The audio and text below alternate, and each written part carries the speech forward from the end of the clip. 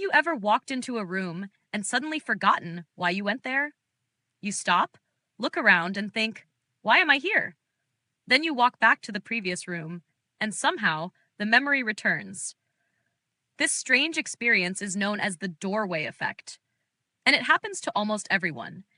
The doorway effect is the idea that moving from one place to another can make it harder to remember what you were just thinking about. But the doorway itself is not magical. The real reason is connected to how your brain organizes memories. Your brain does not store every moment as one long, continuous video. Instead, it divides your life into separate events. For example, making breakfast is one event.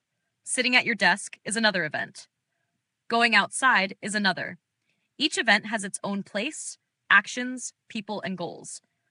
When something important changes, your brain may decide that one event has ended and another has started. Walking through a doorway is one of those changes. Imagine that you are sitting in your bedroom and suddenly remember that you need your phone charger.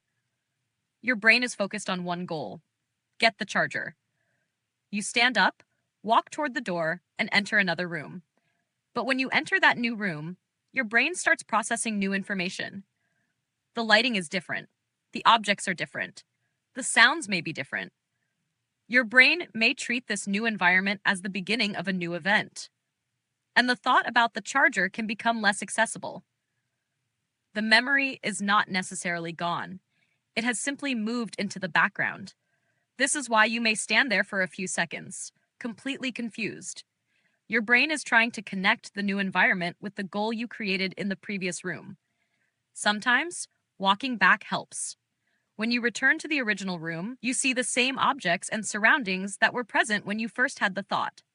These details act like memory cues. Your brain reconnects the environment with the original goal. Suddenly, you remember the charger. This shows that memory is strongly connected to context. Context means the situation around you when a memory is created. It can include the room, the people, the smells, the sounds, or even your mood. For example, you may remember something more easily when you return to the place where you first learned it.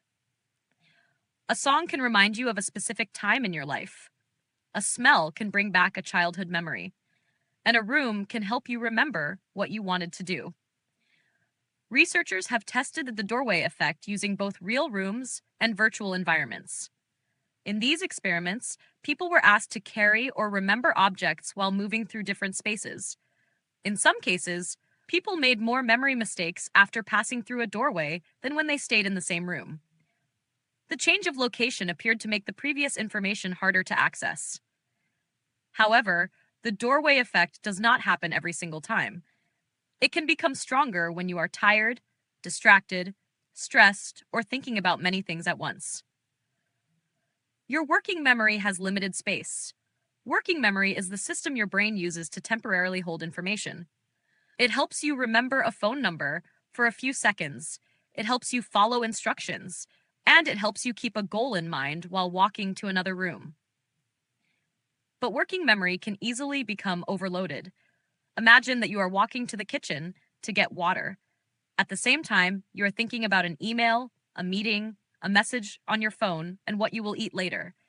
Your brain is trying to hold too many thoughts. When you enter the kitchen, the goal of getting water may disappear from your attention. So the doorway effect is not always caused by the doorway alone. The doorway may simply help your brain switch from one mental event to another. This effect can also happen without a real door. You may open a new browser tab and forget what you wanted to search for. You may unlock your phone and forget which app you wanted to open.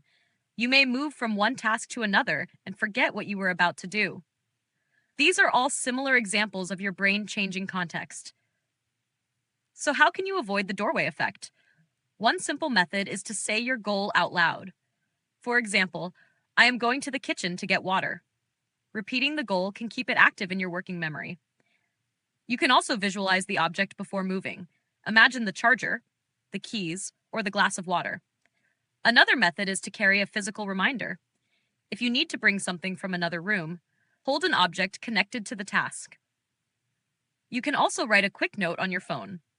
And if you forget, do not immediately panic. Pause for a moment.